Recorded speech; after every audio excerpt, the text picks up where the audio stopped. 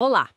Hoje a gente vai mergulhar nos documentos legais, históricos, bem interessantes. É um processo de ação de liberdade. Isso mesmo.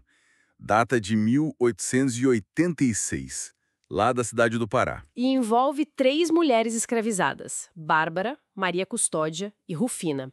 A nossa ideia aqui é tentar entender como funcionava, na prática, um processo judicial pela liberdade, já ali no finzinho da escravidão no Brasil, né? Usando esse caso específico. Exato.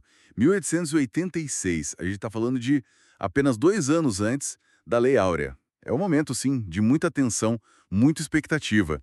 E esse processo dá uma janela fascinante para a gente ver as estratégias legais que eram usadas, sabe? E como a legislação abolicionista, mesmo a gradual, como ela era aplicada no dia a dia dos tribunais. Sim, e o ponto-chave aqui, pelo que os documentos mostram, não é nem a Lei Áurea ainda, mas leis anteriores, certo? Exatamente. A discussão toda gira em torno da Lei número 2040 de 1871, a famosa Lei do Ventre Livre. Mas não só ela, né? O crucial aqui é uma obrigação que essa lei e outras depois dela criaram.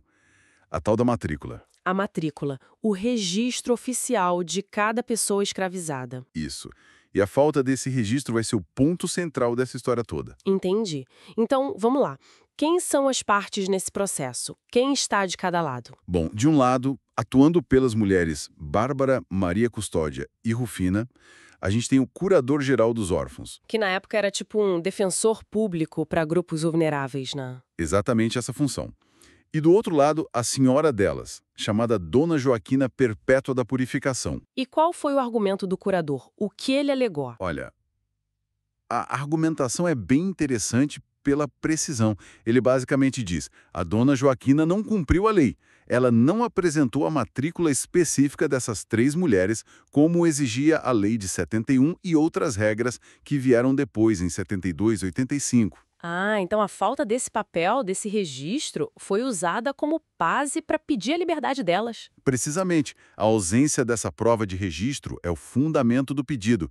É tipo, se não está registrado como manda a lei, não pode ser considerada escrava. E o processo correu em 1886 mesmo. Demorou muito. Sim, ele se desenrola ao longo de vários meses em 1886. Tem a petição inicial, aí nomeiam curadores específicos para o caso. Vejo aqui despachos do juiz municipal, certidões sendo juntadas, tipo certificado N55, N5544, depoimentos. Isso, toda a máquina burocrática funcionando. Aparecem nomes, né? O escrivão Antônio Júlio Pereira de Faria, o próprio juiz. Dá uma sensação muito real da papelada, da burocracia da época. E é complexo, né? Os autos mencionam artigos específicos das leis de 1871, 72, até a Lei dos Sexagenários de 1885. Mostra que o pessoal usava mesmo a legislação. Não era letra morta. E essa burocracia toda, que podia ser um obstáculo, nesse caso acabou criando oportunidade. Exato. Criava essas exigências que, se não cumpridas, abriam brechas. Tá, e depois dessa tramitação toda, focada na falta da matrícula, qual foi o resultado para Bárbara, Maria Custódia e Rufina? Funcionou essa estratégia? Funcionou.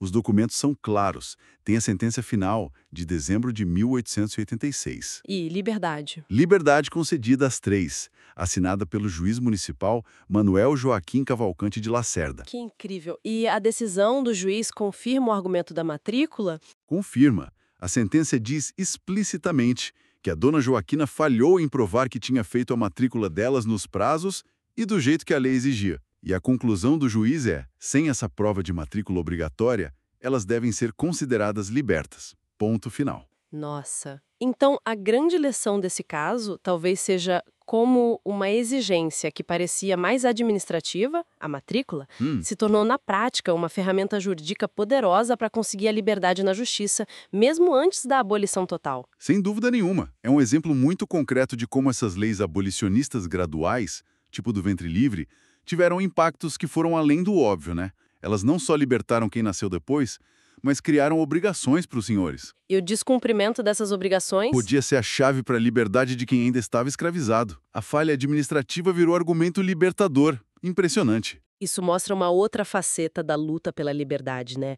Uma luta que também acontecia nos tribunais, usando as regras do próprio sistema, por mais complexas que fossem. Exatamente. Mostra a agência possível, mesmo que por meio de representantes legais. E como o conhecimento e a aplicação da lei eram importantes. É fascinante e complexo ao mesmo tempo. Com certeza. E fica aquela pergunta no ar, né?